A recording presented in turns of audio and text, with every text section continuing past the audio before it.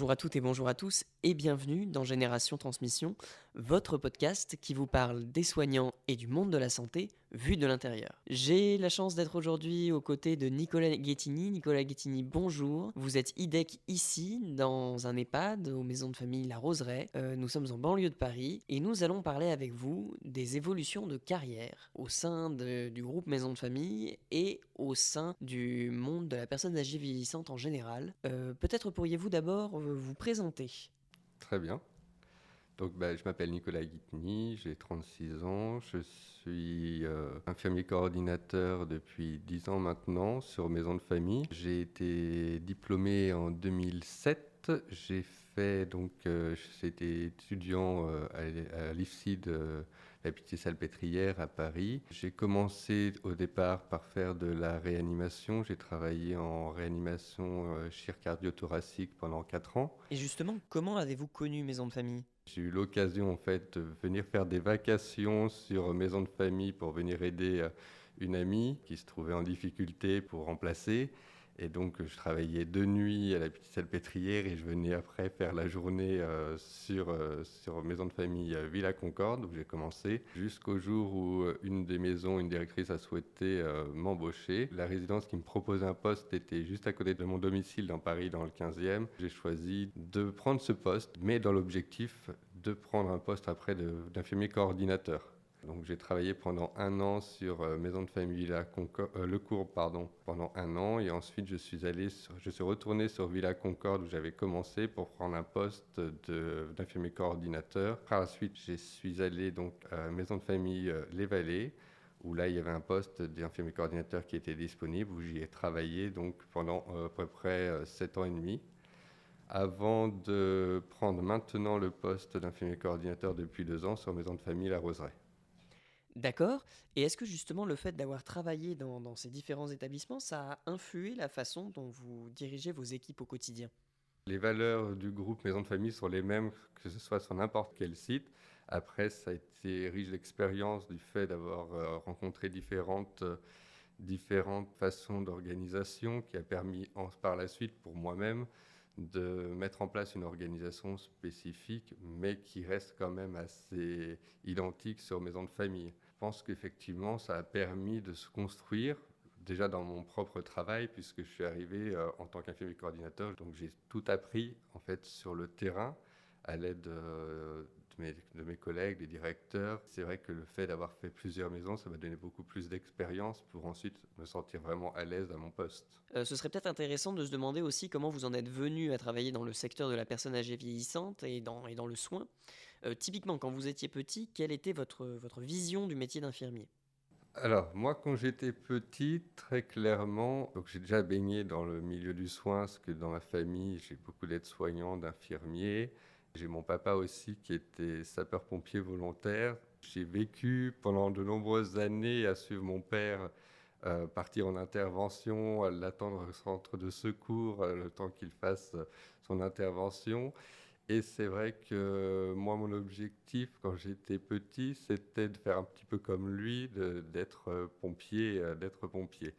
Mais j'avais besoin, je ne sais pas pourquoi, mais j'avais besoin aussi de ce côté soin. Donc, au tout départ, je voulais devenir infirmier chez les pompiers. J'ai fait l'école de jeune sapeur-pompier je suis rentré à l'âge de 12 ans dans l'école de jeune sapeur-pompier jusqu'à 17 ans. Donc ça, pour moi, c'était un petit peu tout tracé au départ. J'ai été arrêté, j'ai pas pu exercer parce que j'avais un problème, j'étais myope. Et donc, j'ai pas pu rentrer dans les pompiers à cause de ça par la suite. C'est plutôt le fait d'avoir côtoyé régulièrement ce milieu qui fait que ça m'a donné envie d'être infirmier. C'est la volonté d'aider surtout, du coup, qui est à l'origine de tout ça. La volonté d'aider, la volonté la volonté d'apporter des soins, d'être utile. C'est un peu par hasard que je suis rentré dans le monde de l'EHPAD. C'était absolument pas mon plan de carrière. Comme je le disais au départ, moi, quand je suis rentré, quand j'ai été infirmier, j'ai travaillé en réanimation.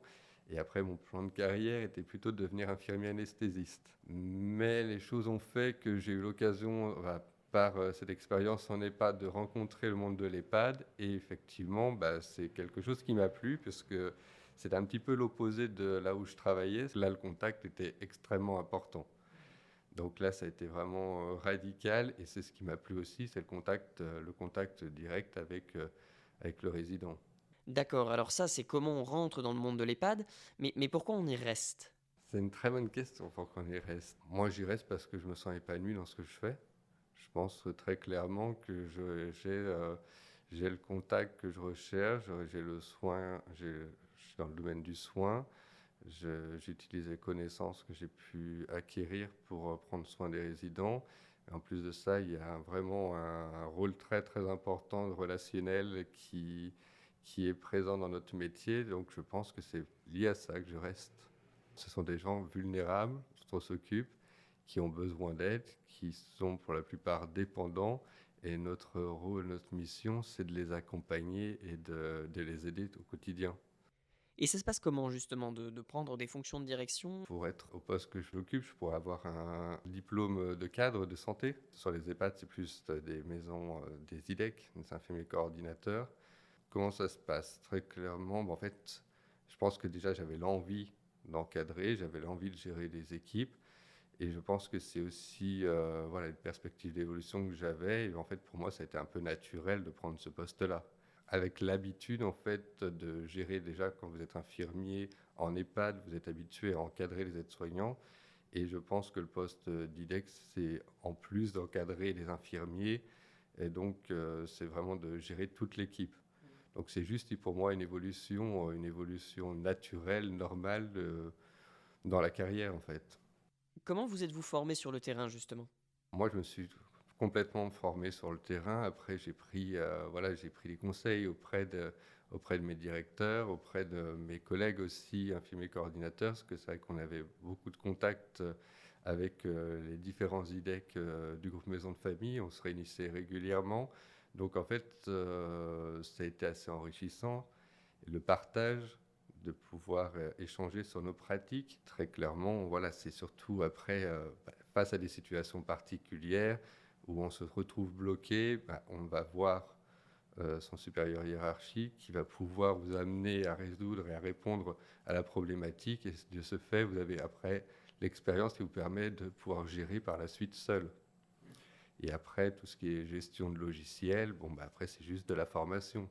Le fait d'avoir été infirmier sur le terrain justement par le passé, en quoi ça impacte votre vision du travail de l'IDEC?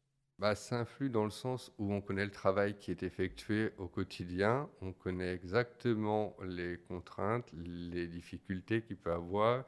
Et mon rôle après en tant qu'infirmier coordinateur, c'est essayer de remédier à ça et pouvoir aider le soignant, l'infirmier dans les tâches qui sont un peu plus difficiles, même au niveau de l'organisation.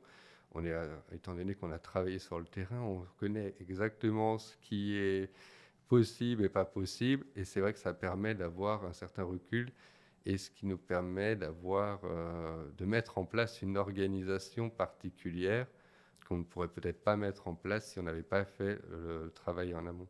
Comment elle s'est passée la transition infirmier-IDEC? Très clairement, ça a été quelques mois qui m'ont permis de savoir si si le poste d'infirmier coordinateur me correspondait ou pas, tout simplement. Je pense que ça a vraiment été un test. Et ça m'a montré aussi l'investissement qui était nécessaire pour occuper ce poste, puisque voilà, c'est quand même des postes qui nécessitent un investissement personnel assez important. On ne travaille pas aux 35 heures. C'est quelque chose aussi qui permet après au niveau de la vie familiale de voir si le fait d'occuper ce poste allait pouvoir correspondre à ma vie personnelle à côté. Et alors comment on conjugue vie pro et vie perso à des postes comme celui-ci? Avec l'expérience, on prend un peu de recul. Notre objectif, c'est de faire en sorte dans notre travail que les équipes puissent se débrouiller, puissent accompagner les résidents sans notre présence. Pour moi, je pense que voilà, c'est important que que les soignants puissent accompagner les résidents sans forcément qu'il y ait un cadre qui soit présent. C'est ce que j'ai trouvé sur la résidence et donc j'ai tout à fait confiance en mes équipes et en fait, c'est ce qui permet aussi de prendre un peu de recul et de pouvoir laisser ces équipes s'occuper sans avoir de stress des résidents, tout simplement. Et alors au quotidien, comment vous apportez votre touche? Comment on sait que c'est vous qui êtes à la tête de l'équipe? Comment on voit que c'est moi qui suis DEC ici? Je pense être quelqu'un plutôt sur le terrain, qui est auprès de mes équipes, qui est auprès des résidents. Moi, c'est vrai que j'ai un relationnel avec les équipes et les résidents très important. Et je les connais tous et toutes. Donc pour moi, c'est une valeur ajoutée. J'ai aussi un très bon relationnel avec les familles. Donc l'objectif, c'est vraiment d'avoir une connaissance totale, que ce soit de mes équipes ou des résidents, pour apporter la meilleure qualité de soins possible.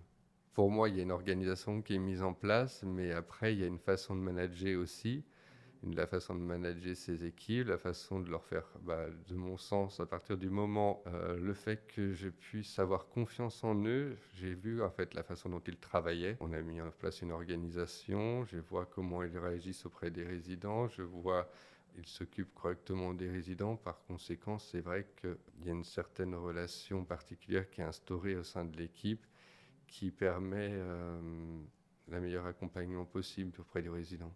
De quoi vous êtes fier en tant qu'IDEC? On a vécu là 1 an et demi, au moins une bonne année très très compliquée. Et effectivement, on est assez fiers quand on voit qu'on a réussi à affronter cette crise, mais que cette crise nous a permis vraiment de travailler en équipe pluridisciplinaire, parce que ça c'est extrêmement important aussi dans nos fonctions, c'est que on ne travaille pas qu'avec du soin, on travaille aussi avec des équipes hôtelières, on travaille aussi avec d'autres intervenants paramédicaux, je pense aux psychologues, à la psychomotricienne. Et on est assez fiers quand on a pu affronter ce virus, ce Covid, et que nos résidents s'en sortent tous très bien. Ça, c'est vrai que c'est une fierté. Après, on peut avoir d'autres fiertés sur des accompagnements. On a des accompagnements fin de vie, même si effectivement ça touche la mort.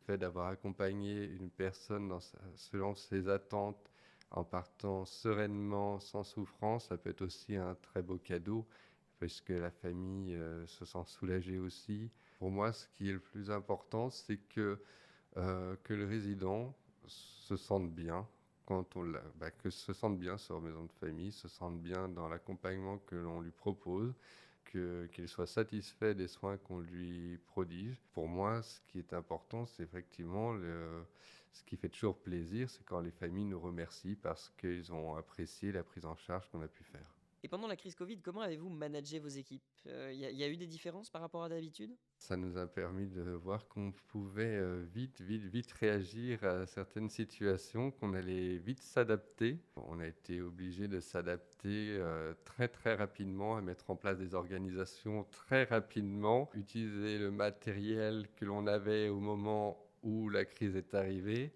Et puis ça a consolidé aussi les équipes qui ont été vraiment toutes très présentes sur la résidence où je travaille et qui vraiment étaient très très soudées, même si elles étaient fatiguées, même si des fois il y avait des moments un petit peu de peur par rapport à ce virus. Tout le monde a été vraiment exceptionnel et vraiment très très très très lié, très soudé, quelle que soit l'activité dans laquelle on travaille. Vous auriez un mot de la fin, des conseils pour les futurs IDEC, ceux qui veulent se lancer dans votre profession? Si c'est une envie, si c'est l'envie d'être infirmier ou d'être IDEC, il faut le faire. Je pense que c'est un métier qui est épanouissant et qui apporte beaucoup de choses au quotidien. Donc moi, je conseille de le faire puisque je pense qu'on ne peut pas devenir infirmier voilà, sans vocation. Je pense que c'est quelque chose pour moi qui est au plus profond de soi et c'est comme ça que l'on fait son travail correctement de toute façon. Mais moi, je les encourage à faire la formation et à venir travailler auprès de nous. Nicolas Ghettini, merci beaucoup pour cette interview. Je vous remercie d'avoir participé à ce podcast de Génération Transmission. Je vous donne rendez-vous à toutes et à tous très bientôt dans un nouvel épisode dans lequel nous rencontrerons, je l'espère, de nouveaux très beaux parcours du monde de la personne âgée vieillissante.